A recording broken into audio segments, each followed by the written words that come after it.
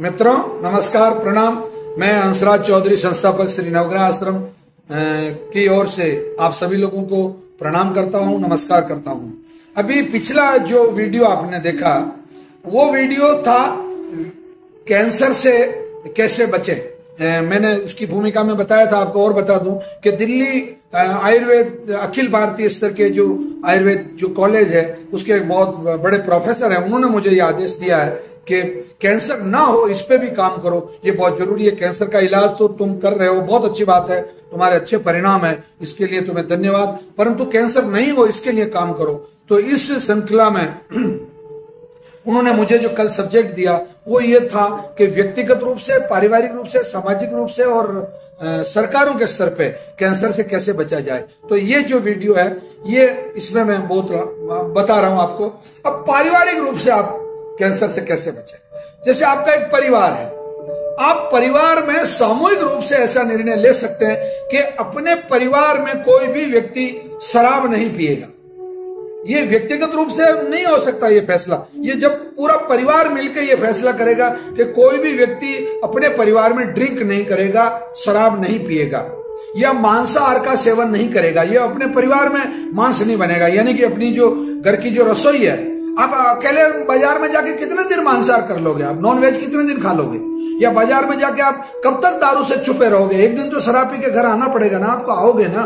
तो परिवार अगर चाहे तो शराब और मांसाहार से परिवार के अंदर जो परिवार के मुखिया हैं या जो सीनियर लोग हैं, खास तौर से परिवार की जो महिलाएं हैं, अगर वो इस चीज को ठान ले, सोच ले कि हमारे परिवार में आज के बाद में नॉनवेज नहीं बनेगा और मांसाहार नहीं किया जाएगा और शराब का सेवन नहीं किया जाएगा, तंबाकू का सेवन नहीं किया जाएगा, बीड़ी सिगरेट का सेवन नहीं किया जाएगा, अगर ऐसा कोई भी करेगा तो उसको हम परिवार का अंग नहीं मानेंगे, उसको हम परिवार का दुश्मन मानेंगे, उसको हम इनडायरेक्टली टॉर्चर करेंगे, उसको व्यंग सटायर में उससे बात करेंगे और वो हमारे परिवार का अंग हो ही नहीं सकता। क्योंकि वो जो हमें मारना चाहता वो हमारे परिवार का अंग कैसे हो सकता है, क्योंकि उसको कैंसर हो जाएगा, वो बर्बाद हो जाएगा, हमारा पूरा परिवार बर्बाद हो जाएगा। तो आप बाजार से अपने घर में अपनी जो आपका परिवार की जो दहली है, जो दहलीज है, जो आपका प्रवेश द्वार है, उस प्रवेश द्वार से कभी भी नॉन वेज को अंदर मत आने दो, कभी भी शराब को अंदर मत आने दो, कभी तंबाकू को अंदर मत आने दो, कभी ये जो डिब्बा बंद चीजें हैं जो मैंने व्यक्तिगत रूप से भी बताई थी, परंतु परिवार के रूप में भी ये चीज शामिल होगी कि कभी भी अगर कोई बाजार से अचार का डब्बा खरीद के लाता तो नहीं, उसको कहिए हम महिलाएं हैं, हम परिवार में बना लेंगे, अचार हम डालना जानती है, हम अचार बनाएंगे, बिना एसिड का अचार बनाएंगे, उससे परिवार को कैंसर नहीं होगा। ये पारिवारिक रूप से आप मतलब इस तरीके से बच सकते हैं।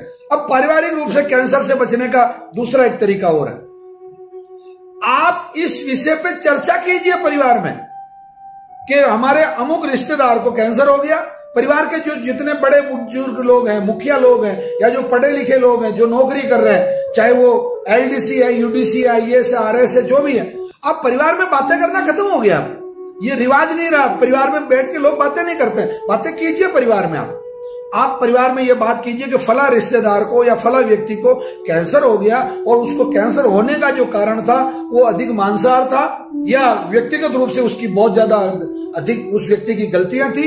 तो अपने परिवार में अमुक मेंबर ये गलतियां कर रहा है, उसको बुलाओ, उसको सामने बिठाओ और उसको कहो भैया क्या कर रहा है तू, तुझे कैंसर हो जाएगा, पूरा परिवार बर्बाद हो जाएगा, तुम्हें तंबाकू नहीं खानी है। परिवार के रूप में भी उसको तंबाकू खाने से रोकिए, परिवार के रूप में भी उसको शराब पीने से रोकिए और परिवार के रूप में उसको ये बात बताइए कि आप हमारे लिए बहुत महत्वपूर्ण है, आपका जिंदा रहना हमारे लिए बहुत जरूरी है, आप ऐसी गलती नहीं कर सकते और हम सब आपको हाथ जोड़ रहे हैं, आपको तंबाकू नहीं खानी है, बीड़ी नहीं पीनी है, सिगरेट नहीं पीनी है, शराब नहीं पीना है। ये बात उसको आप पारिवारिक रूप से मतलब समझाइए। एक परिवार जो है आपका, परिवार से बनता है आपका समाज, यानी कि 5, 10, 15, 20, 25 परिवार मिलके एक समाज बनता है। ये शिक्षकों का समाज है, ये किसानों का समाज है, ये पढ़े लिखे लोगों का समाज है, ये आदिवासी लोगों का समाज है। ये समाज कैसे ये इसी तरीके से समाज बनता है।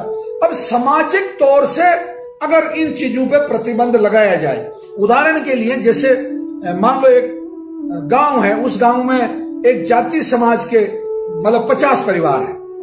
जैसे वो जाट हो सकते हैं, गुजर हो सकते हैं, ब्राह्मण हो सकते हैं, महाजन हो सकते हैं, अग्रवाल हो सकते हैं। अग्रवाल समाज ने एक मीटिंग की। अग्रवाल समाज अगर ये मीटिंग कर ले और उस मीटिंग में ये स्पष्ट कह दे कि साहब पूरे समाज की खिलाफत करने वाले व्यक्ति को समाज के बाहर किया जाएगा। खिलाफत किन चीजों में नहीं करनी?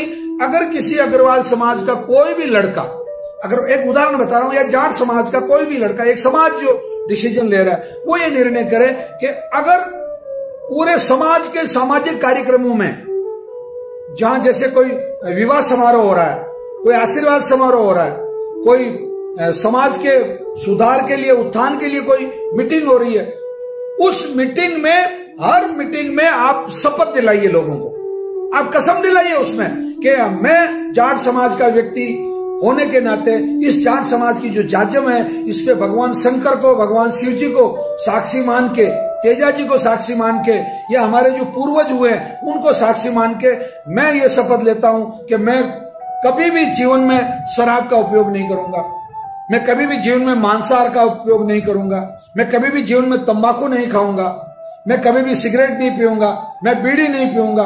लो साहब, आपने कैंसर से बचा लिया ना समाज ने लोगों को। और समाज की जाजम पे खाई हुई कस्में, हकीकत कह रहा हूं, बहुत मतलब मैं शब्द काम में नहीं लेना चाहता हूं, बहुत कम लोग ऐसे होते हैं जो समाज की बात नहीं मानते हैं। बाकी अधिकतर लोग समाज की बात को मानते हैं और निरंतर करत करत अभ्यास के जरमती हो तो सुजान, रसरी आवत जाते सिल पर परत निशान।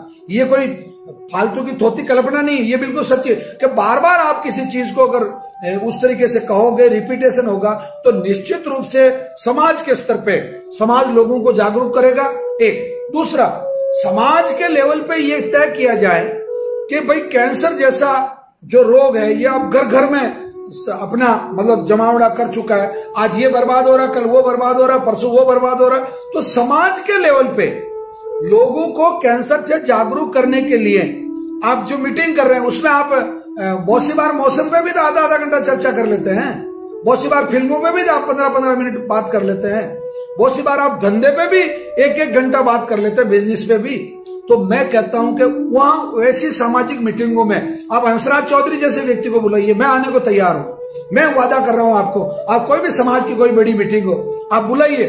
जो अच्छे डॉक्टर्स हैं, जो अच्छे सामाजिक कार्यकर्ता हैं जो कैंसर के खिलाफ काम कर रहे हैं, या जो श्री नवग्रह आश्रम सेवा संस्थान जैसे जो अच्छे कैडर के इंस्टीट्यूट हैं जो कैंसर के खिलाफ काम कर रहे हैं, आप उनके डॉक्टर्स को बुलाइए, आप वहां के कार्यकर्ताओं को बुलाइए और अपनी मीटिंग में उनका लेक्चर करवाइए आधे घंटे का। अब मैं संतों के खिलाफ नहीं हूं, आप बहुत बड़े बड़े संतों को बुला रहे हैं, 1-1 करोड़ रुपया उनको एक कथा करने का दे रहे हैं, तो 3 दिन की कथा 1 करोड़ रुपया आप उनको दे रहे हैं, वो उनका पूरा ताम झाम सब कुछ आ रहा है। मैं उसके खिलाफ नहीं हूं, आप खूब कथा करवाइए, उस कथा के बीच में आधा घंटा आप कैंसर पे लेक्चर करवाइए। ये समाज की ड्यूटी है, ये समाज करेगा। ये आपको सुनने में बड़ा अजीब लग रहा हो, परंतु ये किया जाना चाहिए, ये किया जाएगा तभी आप कैंसर से बच पाओगे, वरना नहीं बच पाओगे। मैं ये बहुत साफ तौर से आपको कह रहा हूं। अब समाज के लेवल पे जब आपने ये काम कर लिया तो अब आती है राजनीति। सरकार और राजनीति सुनने में बड़ा अजीब लगता है। अब सरकार को राजनीति कहने में थोड़ा आपको डर लगता है क्योंकि सरकार है वो, परंतु मुझे नहीं डर लगता। मैं कहता हूं सरकार भी राजनीति है और राजनीति भी सरकार है। तो चाहे जैसे एक उदाहरण के लिए आज केंद्र में जो सरकार है या राज्य में जो सरकार है, वो जो टैक्स है, तंबाकू पे कितना % टैक्स है मालूम है आपको? 300% टैक्स है। शराब पे कितना? 250-300% टैक्स है। परसेंट में समझे आप, 1 रुपए की चीज के कितने? 250 रुपए। समझ रहे हो? मतलब 1 पैसे की चीज के पे 2.5 पैसा और एक्स्ट्रा, मतलब उसकी कीमत दुगनी नहीं, 2.5 गुनी अधिक। मतलब ये जो टैक्स है, इस टैक्स से सरकार आपके रोड बनाती है, आपके बिजली बनाती है या आपके लिए कुछ करती है।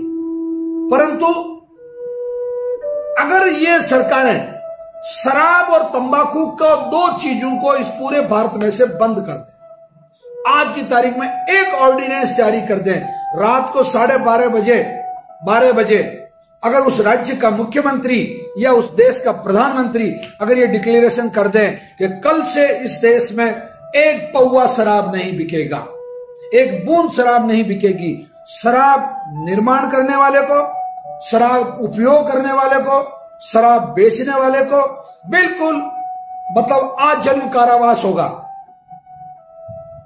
लाइफ टाइम, मतलब वो जिंदगी भर जेल में पड़ा रहेगा। क्यों नहीं? बलात्कार के खिलाफ कानून नहीं है क्या? है। आप कहने को यह भी कह सकते हैं कि साहब कानून है फिर भी बलात्कार तो हो रहे हैं, कानून, चोरी के खिलाफ कानून है फिर भी चोरियां तो हो रही है। नहीं, वो चोरियां इसलिए हो रही है कि आप लोगों में दम नहीं है, सरकारों में दम नहीं है, बाकी सवाल ही नहीं। बहुत बड़े बड़े स्कैंडल सीबीआई वगैरह ओपन करती है कि नहीं करती है? बिल्कुल करती है। सरकार में अगर दम हो, आज जैसे सऊदी अरब में, इराक, ईरान में, वहां बलात्कार करने वाले को पत्थर मार के मार दिया जाता है। वहां कोई हिम्मत नहीं करता चोरी करने के लिए, वहां चोरी करने पर हाथ काट दिया जाता है उसका, फिर कैसे चोरी करेगा? तो इतना सख्त कानून अगर सरकारें बना दे, वास्तव में तंबाकू की खेती पे बैन लगा दो। आप जैसे अफीम की खेती पे बैन लगा रखा है आपने, तंबाकू की खेती पे बैन लगा दो, और जिस क्षेत्र में तंबाकू की खेती होती है उन लोगों को कंपनसेशन दे दे सरकार, 3 साल के लिए मुआवजा दे दे कि भैया तुम्हारे खेत में मान लो एक हेक्टर का खेत है, उसमें तुम्हारे को 25,000 रुपया मान लो 1 बीघे पे, यानी कि एक मोटा ये मान लो कि 1.25 लाख रुपया तुम्हारे को 1 हेक्टर पे मिलता है। सरकार तुम्हें इसका आधा पैसा यूं ही घर बैठे बैठे दे देगी। तुम्हें तंबाकू मत बो, तुम कोई दूसरी फसल बो। धीरे धीरे रिहेबिलिटेशन हो जाएगा। जब तंबाकू की खेती ही बंद हो जाएगी तो निश्चित रूप से फिर तंबाकू खाएंगे नहीं तो कैंसर होगा ही नहीं, तंबाकू पैदा ही नहीं होगी तो खाएंगे क्या? और विदेशों से जो आयात सरकार होने नहीं देगी, और धीरे धीरे अगर भारत सरकार ऐसा करेगी तो दूसरी सरकारें भी ऐसा करने लग जाएगी। ये है सरकार के तौर पे। शराब को भी ऐसे बंद कीजिए, दुर्घटनाएं कम हो जाएगी, एक्सीडेंटल डेथ कम हो जाएगी। तो ये मेरा निवेदन है। इसलिए मित्रों, ये मैं इस विषय पे भी अब लगातार आप लोगों को जागरूक करता रहूंगा। ये मेरा धर्म है, मेरा फर्ज है, मेरा कर्तव्य है।